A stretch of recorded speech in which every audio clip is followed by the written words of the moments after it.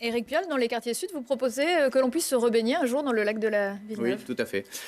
Permettez-moi d'abord de dire que je suis un peu frappé de ce discours sur finalement les quartiers sud où il ne se serait rien passé. On voit revenir là, de mon point de vue, finalement une logique qui a fait que le match de 2014 qui se refait et finalement des salariés politiques, des apparatchiks qui viennent nous raconter finalement ce qu'ils nous ont déjà raconté auparavant.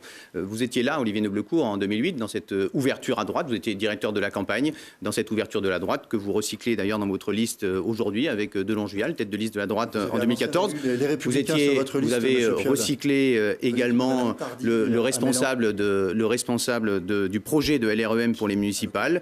Vous avez fait votre projet avec Patrick Ricky, qui est certes membre du GIEC, qui était membre du GIEC, mais qui est aussi un soutien de Macron.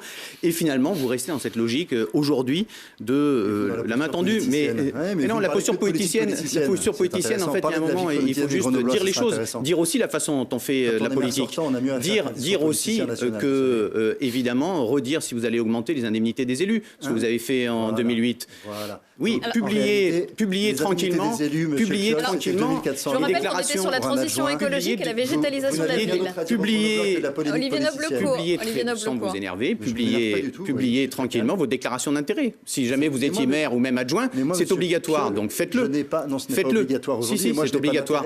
D'ailleurs, elle sera publique. Dans mes anciennes non, vous ne l'avez pas fait. Rendez-le public. Rendez public votre loyauté. En fait, rendez public votre loyauté, qui a été la loyauté. Vous disiez que vous étiez pour la fusion. On ne vous a pas entendu parler en 2014, lorsque la main tendue, que j'ai continué à tendre tout le mandat, n'a pas été saisie. On ne vous a pas entendu non plus en 2017, en 2019. On ne vous a pas entendu. En fait, vous affichez même votre loyauté à ce qui se fait avec ce gouvernement.